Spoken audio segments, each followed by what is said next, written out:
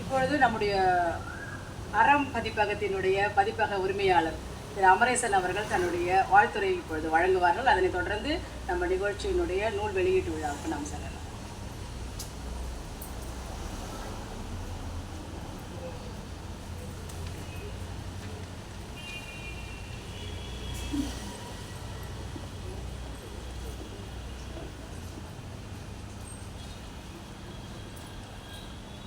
அனைவருக்கும் இனிய மாலை வணக்கம். இந்த நிகழ்ச்சியின் தலைமையேற்று நடத்தி கொண்டிருக்கும் கவிதை உறவு ஏர்வாடி ஐயா அவர்களுக்கும், நூலினை வெளியிட இருக்கின்ற திரு சிவகுமார் ஐயா அவர்களுக்கும், முதற்படியினை பெற்றுக்கொள்ள இருக்கிற எழில்மாறன் ஐயா அவர்களுக்கும், மற்றும் வாழ்த்துறை வழங்க இருக்கின்ற பழக்கருப்பையா, கா மணிகண்டன், நூலினை திறனாய்வு செய்ய இருக்கின்ற வாழும் மணிமேகலை அறச்செல்வி, முனைவர் அரங்கமல்லிகா அக்கா அவர்களுக்கும், மற்றும் சாகித்ய அகாடமி விருது பெற்ற எழுத்தாளர் முருகேசன் அவர்களுக்கும், என்னுடைய அன்பு தோழர் ஆற்காடு ராஜா முகமது அவர்களுக்கும், ஞால ரவிச்சந்திரன் அவர்களுக்கும், இனிய தோழர் ஷாலினி ஜெரால்ட் அவர்களுக்கும், என் முன்னே அமர்ந்திருக்கின்ற உங்கள் அனைவருக்கும், ராமமூர்த்தி ஐயா அவர்களுக்கும், மற்றும் நிறைய முகம் தெரிஞ்ச முகமாக இருக்குது, பேர் மாதிரி ஞாபகம் வரல. அதனால் உங்கள் அனைவருக்கும் என்னுடைய இனிய மாலை நேர வணக்கம். இந்த தமிழியலன் ஐயா அப்படின்ன உடனே அவர்கிட்ட இருந்து அழைத்து வந்தாலோ அல்லது நான் அவரை அழைச்சாலோ அவர் சொல்லுவார், ஐயா 2 நிமிடம் தான் இருக்குது, 20 நொடிகள் தான் இருக்குது, அதுக்குள்ளே பேசி விடுங்க. அப்புறம் 2 நிமிடம் தான் இருக்குது, அதுக்குள்ளே பேசி முடிங்க. அந்த ஒரு துரிதம், ஒரு விரைவு, அதுதான் அவர்கிட்ட இருந்து இந்த சமூகம் கற்றுக்கொள்ள வேண்டிய ஒரு விஷயம். வழக்கமாக நம்ம எல்லாருமே என்ன நினச்சிட்டு இருப்போம்னா, ஒரு புத்தகம் எழுதணும், ஒரு புத்தகம் பதிப்பிக்கணும் அப்படின்றத ஒரு 5 ஆண்டு திட்டமாக நாம் நமக்குள்ளவே நம்ம வைத்து கொண்டிருப்போம். அந்த 5 ஆண்டு திட்டத்தை நிகழ்த்துவோம் கடைசியில் ஒரு புத்தகம் மட்டுமே எழுதிய எழுத்தாளர்களாக இந்த உலகத்தில் அறியப்படுவோம். அது கூட சில நேரத்தில் மற்றவர்கள் மீது பழியை போட்டுட்டு, அந்த குறிப்பாக அந்த பதிப்பாளர் சரியில்லை, அந்த டிசைனர் சரியில்லை, அவன் சரியில்லை, இவன் சரியில்லைன்னு பழியை போட்டுட்டு அவனாலே என் புத்தகம் வராமல் போயிடுச்சு அப்படின்ற ஒரு நிலையில் தான் நிற்போம். ஆனால் அவர் ஒரு நாள் எனக்கு இரவு 11 மணிக்கு ஃபோன் பண்ணுறார், ஐயா எனக்கு நானே ஒரு கட்டுப்பாடு விதிச்சுக்கினேன், ஒவ்வொரு மாதமும் 27ஆம் தேதி என்னுடைய புத்தகம் வெளிவரும், அது அறம் பதிப்பகம் தான் வெளியிடணும், உங்களுக்கு எந்த வேலையும் கொடுக்க மாட்டேன், நான் மாப்பிள்ளை நீங்கள் தான் சட்டை இருந்துன்ற மாதிரி எல்லா வேலையும் நானே பார்த்துக்கிறேன். ஏன்னா நீங்கள் எங்கே அவர் சொன்ன நோக்கம் நான் ஆரணியில் இருக்கிறேன், இவர் சென்னையில் இருக்கிறாரு, இவர் எனக்கு சொன்னாலும் நான் திரும்ப சென்னைக்கு தான் சொல்லணும்.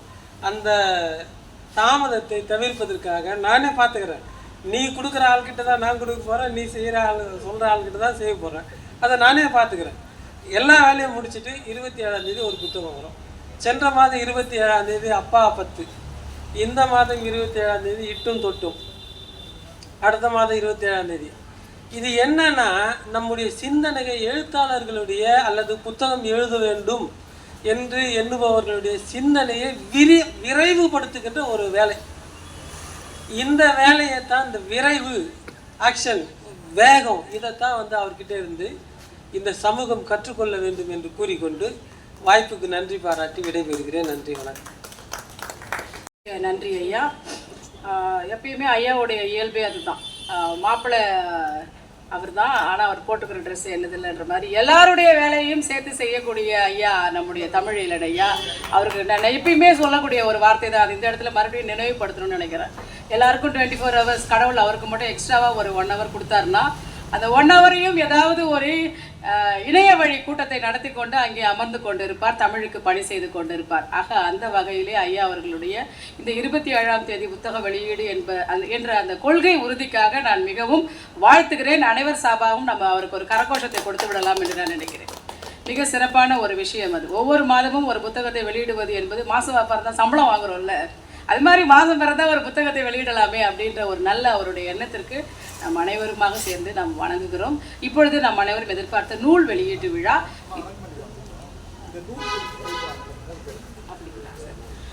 நூலை குறித்ததான கவிதை வரிகளை பேசுவதற்கு ஒரு 3 பேரை இந்த இடத்திலே நாங்கள் அழைக்க இருக்கிறோம். ஏனென்றால் அரங்கம் மல்லிகா அம்மா அவர்கள் வந்து கொண்டிருக்கிறார்கள். அவர்களும் வந்த பிறகு அரங்கம் நிறைந்த பிறகு நம் விழாவை முறைப்படி நாம் கொண்டு செல்லலாம். இப்பொழுது முதலாவது புத்தகத்தை குறித்ததான ஒரு கவிதையை குறித்து பேசுவதற்கு அன்பு ஐயா ராமமூர்த்தி ஐயா அவர்களை நான் முதலாவது அழைக்கிறேன். அவரை தொடர்ந்து திரு இளையதீபன் ஐயா அவர்கள், அவரை தொடர்ந்து என்னுடைய குரு நம்ம ஒரு கோபிநாத் அவர்கள். அனைவருக்கும் இனிய மாலை வணக்கம். இந்த வாய்ப்பு நல்கியது மிக்க நன்றி.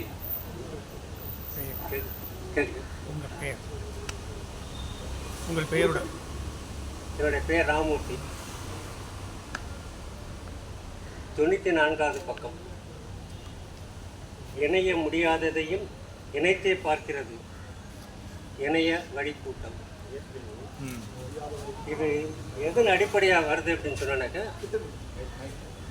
கலந்துரையாடல் நிகழ்வு எப்போ ஆரம்பித்தாரோ கொரோனா காலத்தில் செய்த ஒரு மிகப்பெரிய நன்மை என்னன்னாக்கா இணைய வழி கூட்டம்.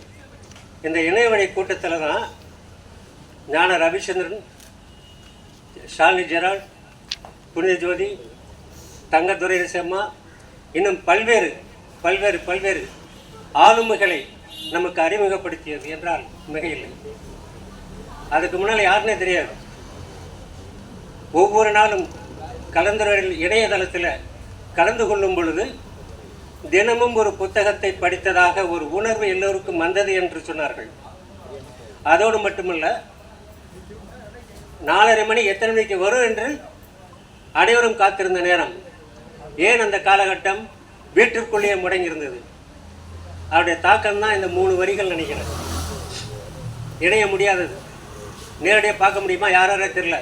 அவர் கோபிநாத் எங்கே இருக்கிறது தெரியாது. ஆனால் இந்த கூட்டத்தில் இணைய வச்சது பல ஆளுமைகளை, சிறுகதை எழுத்தாளர்களை, சிறப்பு கவிதைகளெல்லாம் இப்போ எல்லாரையும் அறிமுகப்படுத்துச்சு. அதனால் இந்த கவிதை 3 வரியில் தான், ஆனால் உள்ளுக்குள் மிக ஆழமான தொட முடியாத உயரத்தை தொற்றிருக்கிறது. அவருக்கு நான் ஒரு வார்த்தை கவிதை சொல்ல முடியாத சொல்லாடல் போட்டிருந்தேன். உயிர்ப்புடனான உயரிய படைப்புகளை மேலும் மேலும் பதிவிட வேண்டும் வாழ்த்துக்கள்னு சொல்லியிருந்தேன். அவர் வாயாலே இப்போ வந்திருக்கு, ஒவ்வொரு மாதமும் படைப்புகள் வெளிவரும் என்று சொல்லியிருக்கிறார். மிக்க நன்றி. இந்த வாய்ப்பு அளித்த மிக்க நன்றி. கவிஞர் ஐயாவுக்கு வாழ்த்துக்களை சொன்ன ஐயாவுக்கு மிக்க நன்றி. அடுத்ததாக திரு இளையதீபன் ஐயா அவர்கள். உன்னால் இருந்தேன் இமையோர் பெருந்தமிழம் என்றாலும் வேண்டேன்.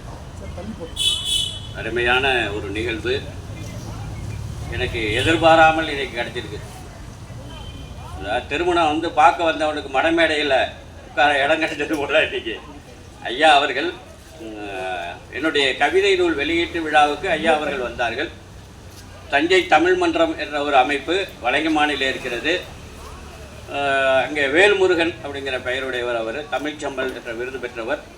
தொடர்ந்து ஒவ்வொரு ஆண்டும் பல்வேறு கவிதை நூல்களை, அதாவது பலருடைய நூலை அதில் வந்து அதை வெளியிடுவதற்கு வாய்ப்பு கொடுக்கிறார்கள். பொருளாதார வசதி இல்லாதவர்களுக்கும் அந்த கவிதை நூலை அவர்கள் வெளியிடுவதற்கு அதை வாய்ப்பு கொடுக்குறாங்க.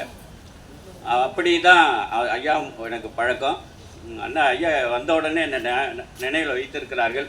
வாங்க என்று சொன்னார்கள். பேரை சொன்னோன்னா வாங்க அப்படின்னாரு. ஆனால் இன்றைக்கி இந்த முகநூலில் பார்த்து இந்த நிகழ்வு இருக்குங்கிறதுனால இன்றைக்கி சென்னை வந்தேன், பையன் வீட்டுக்கு வந்தேன். அப்படி என்னுடைய பெயர் மகாலிங்கம். திருவாவூர் ஆதீனம் மேல்நிலைப் பள்ளியில் உதவி தலைமை ஆசிரியராக பணியாற்றி அண்மையில் தான் இந்த ஜனவரியில் தான் ஓய்வு பெற்றேன். ஐயாவுடைய அருமையான அந்த தலைப்பை இட்டும் தொட்டும், இது அருமையான வரி. இட்டும் தொட்டும் நெய்யுடைய அரிசியில் மெய்விட விதைத்தும் என்று சொல்லுகிற சங்க இலக்கியத்திலிருந்து ஐயா அவர்கள் அந்த சொல்லாட்சி எடுத்திருக்கிறார்கள். இதில் எனக்கு பிடித்த, இப்போது தான் கொடுத்தார்கள் அந்த நூலை, பக்கம் 19வது பக்கத்தில் ஆக்க கருவிகளாகவே இருக்கட்டும், அறிவாலும் மண்வெட்டியும் மாற்றிவிடாதீர் மாண்பற்றவர்கள். இன்றைக்கு ஒரு வலிமையான ஒரு சமுதாயம் என்று சொல்லுகிற போது நம்மளுக்கு இந்த ஆயுதத்தை தான் நம்ம காட்டுறோம். போராடுங்கள் அப்படிங்க சொல்லும்போது கையில் ஆயுதம்தான் அதை காட்டுது, போராடுகிற கருவியாக அது இருக்கிறது. ஆனால் இந்த கருவி எதற்கு பயன்படுத்தணும் நீங்கள் அப்படின்னா, ஆக்கத்திற்கு நீங்கள் பயன்படுத்துங்கள் அப்படிங்கிற. இன்றைக்கி அறிவியல் சாதனங்கள் வளர்ந்து வந்துட்டுருக்கு, இன்றைக்கி அதுபோல் விஞ்ஞான சாதனங்கள் வளர்ந்துட்டு, அதுமாரி நம்ம அழிக்கின்ற ராக்கெட் போன்ற ஏவுகணை போன்றவர்களெலாம் நம்ம இன்றைக்கி கையாளுகிறோம். அதை ஆக்கத்துக்கு பயன்படுத்துங்க அப்படின்னு சொல்லுவதைப் போல இங்கே அருமையாக அந்த அறிவாலும் மின்மட்டியும் ஆக்கக்கருவியாகவே இருக்கட்டும் என்று ஒரு நல்ல அருமையான சிந்தனையை நமக்கு சொல்லியிருக்கிறார். தமிழில் கூட நான் சொல்கிறது உண்டு, ஆயுதம் கையில் இருக்க வேண்டாம், அவங்க எழுத்திலே இருக்கட்டும் என்று. ஆயுதம் என்ற ஒரு எழுத்து இருக்கிறதுனால அதை சொல்வது உண்டு, அது கையில் எடுக்காதீர்கள் என்று சொல்லுவோம். அதுபோல் இங்கே ஐயா அவர்கள் அது நம்முடைய வளர்ச்சிக்காக, நம்முடைய முன்னேற்றத்திற்காக, படைப்புக்காக அவை பயன்படுத்தப்பட வேண்டும் இந்த ஆயுதங்கள் என்ற அருமையான சிந்தனையை இங்கே தந்திருக்கிறார்கள். ஐயா அவர்களுக்கு நன்றி. இந்த நிகழ்வுக்கு வருகை தந்திருக்க அனைவருக்கும் மகிழ்வான நன்றியை தெரிவித்துக் கொள்ள நன்றி.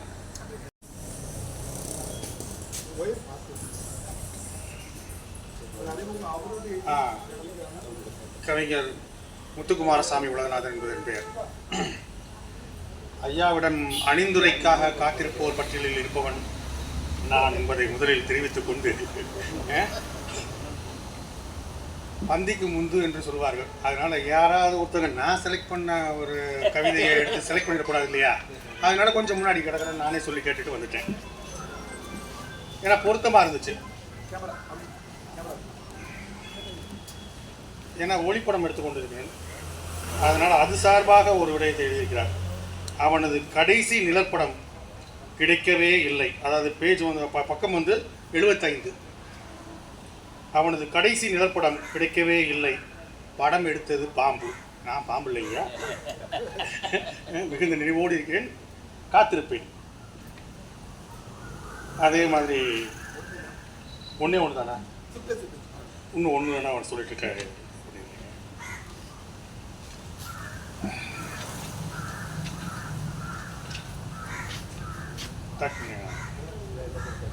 எண்ணிலடங்காத சொற்கள். பக்கம் வந்து 105. இது எல்லாருக்குமே இருக்கிறது தான். இந்த மைக் அடித்ததுக்கப்புறம் எல்லாருக்குமே நிறைய பேசணுங்கிற ஆசை இருக்க தான் செய்யும். ஆனால் கொடுக்கப்பட்ட நொடிகளுக்கு தகுந்த மாதிரி தான் நம்ம பேசணும் இல்லையா. அதை அழகாக அவருடைய எண்ண ஓட்டத்தை அதில் சொல்லியிருக்கிறார். எண்ணிலடங்காத சொற்கள் ஒளி வாங்கி அருகே நன்றியுரைக்கு பின்னும் நமக்கிட்ட இருக்குங்கிறது நம்ம எல்லாருக்கும் தெரிஞ்ச விஷயம் தான். ஆகவே ஐயாவுக்கு வாழ்த்துக்களை சொல்லி விடைபெறுகிறேன். வணக்கம்.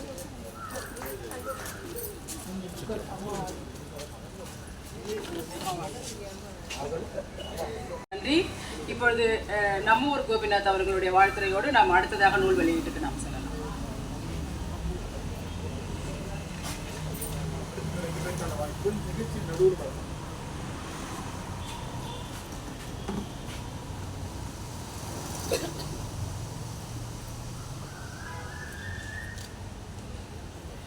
நான் ஒரு தட்டு எழுத்து எந்திரம், என்னை தட்டி தட்டி எழுப்புவது அந்த 3 எழுத்து மந்திரம். தமிழ் வாழ்க என சொல்லி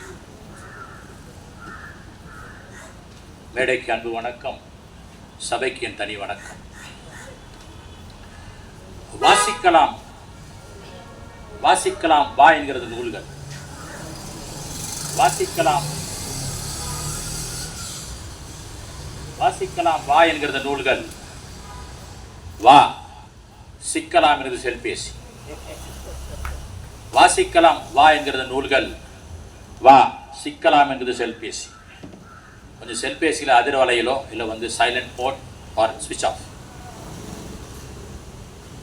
ஒரு ஹைக்கூ கவிதை படித்த பிறகு சில நாள் கழித்து நம்ம நினைவில் ஊஞ்சலாடும். காலப்போக்கில் அதுவே நமக்கு ஒரு தழுப்பா மாறும். ஹைக்கூவோட பெரிய ப்ளஸ் பாயிண்ட் என்னன்னா, இன்றைக்கி படிப்போம், நாளைக்கு மறந்துடுவோம். ஒரு 10 நாள் 20 நாள் கழிச்சு திருப்பி படித்தோம்னா அது அப்படியே அந்த ஸ்டஃப் அப்படியே நிற்கும். ஹைக்கூவோட சிறப்பு தன்மை அதுதான். ஒரு நல்ல மரபு கவிஞன், அவனுக்கு கிடைக்கக்கூடிய விருதுகள் மரபு மாமணி, மரபு கவிஞன், பெரிய பெரிய பட்டெல்லாம் தருவாங்க. ஆனால் ஹைக்கூ என்பது அடுத்த லாங்குவேஜை உள்ளே வர வச்சு. ஒரு ஹைக்கூ கவிஞர் நம்ம என்ன கூப்பிடுவோம்னா ஹைக்கூ கிங்னுவாங்க. Haiku king. இந்த வகையில் எல்லாத்துக்கும் கொஞ்சம் நெளிவு சுழிவு கொடுக்கக்கூடிய ஹைக்கூ.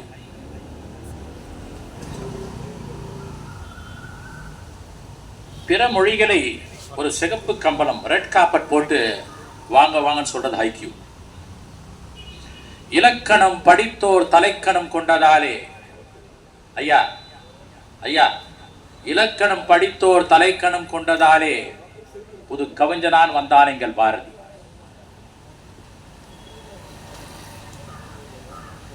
நெத்தி சுட்டு வேணாம்பா நேர்வகுடு நோகுமடி, நெத்தி சுட்டு வேணாம்பா நேர்வகுடி நோகுமடி, கழுத்த மாலை சேர்த்து நின்னா, கழுத்து மாலை சேர்த்து நின்னா மகரகட்டும் வலிக்கும்.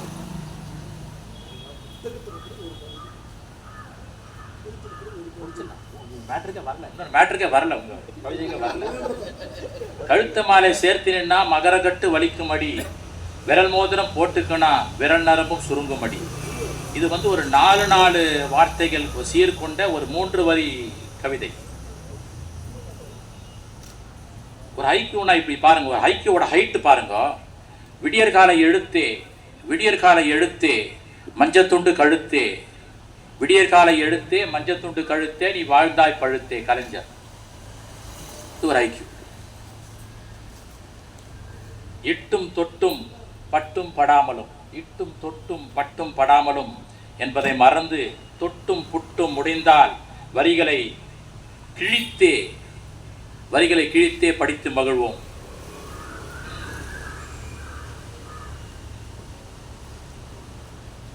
பக்கம் 65. அழைப்பு மணியில் குயில் கூவியது இம்முறை அவள் தானா. இது வந்து இப்போ கடந்த ஒரு 15-20 நாள்ல நல்லது ஒரு கவிதை. நான் எழுதின ஒரு கவிதைக்கு இதுக்கு பார்த்தீங்கன்னா கிட்ட வருது. மணியின் நாக்கில் மறைந்தே பிறக்கும், மணியின் நாக்கில் மறைந்தே பிறக்கும் வெங்கல ஓசை. ஐயாவோட இந்த ஸ்டார்ட் பாயிண்ட் ரொம்ப நல்லா இருக்குது. ஹம்மிங் பேர்ட் போட்டு இந்த ஆர்ட் வரைஞ்சவருக்கு உண்மையிலேயே பாராட்டணும். அப்படியே ஒரே சிங்கிள் லைன் அப்படி போட்டு அப்படி வந்து அப்படி போட்டு அப்படி மணியை போட்டு நல்லா பண்ணியிருக்காரு. அழைப்பு மணியில் குயில் கூவியது இம்முறை அவள் தானா. ஒரு சாதாரண மணினா டிங்கு டிங்குன்னு சவுண்டு வரும், இல்லை டங்கு டங்குன்னு சவுண்டு வரும். ஒரு சாதாரண மணிக்கு டிங்கு டிங்கு சவுண்டு வரும், டங்கு டங்குன்னு சவுண்டு வரும். ஆனால் அந்த தேவாலய மணிகள் பார்த்துருப்பீங்கன்னு நினைக்கிறேன். தேவாலய மணிகள் அடித்தா அது அப்படியே காற்றுல வந்து அப்படியே அப்படியே போகும். அந்த வகையில் அழைப்பு மணியில் குயில் கூவியது இம்முறை அவள் தானா, குவிலும் வெட்கப்படும். ரொம்ப அழகாக எழுதியிருக்காரு. அடுத்தது ஒரு சிம்பாலிக்கான கவிதை. பக்கம் வந்து 86. ஒரு சிம்பாலிக்கான கவிதை. நூலாசிரியர் ஒரு சிம்பாலிக்கான கவிதை. முடிச்சிட அவ்வளோதான். மாடியில் வகுப்பறை மாற்றுத்திறனாளிக்கு படிக்கட்டு மட்டுமா உயரும். இது ஒரு நல்ல சிம்பாலிக்கான கவிதை. முதற்படி ஏறினால் தூரம் அதிகமில்லை, 2ஆம் படி ஏறினால் 3 தூரம், படியேற படியேற படிகள் தூரம் இல்லை, 1000 எட்டினால் பல நூறுகள் தூரம் இல்லை, சிகரத்தில் கூட்டம் இல்லை, சிகரத்தை தொடும் நடை உனதாகட்டும், சிகரத்தில் கூட்டமில்லை. நூலாசிரியர் அவர்களே, சிகரத்தை தொடும் நடை உனதாகட்டும், உன்னை நீ நம்புவதே நல்வழியாகட்டும், உன்னை நீ நம்புவதே நல்வழியாகட்டும், அந்த உழைப்பே உன் வெற்றிக்கான சிறகாகட்டும். வாழ்த்துக்கள் ஆசிரியரே, வாழ்த்துக்கள்.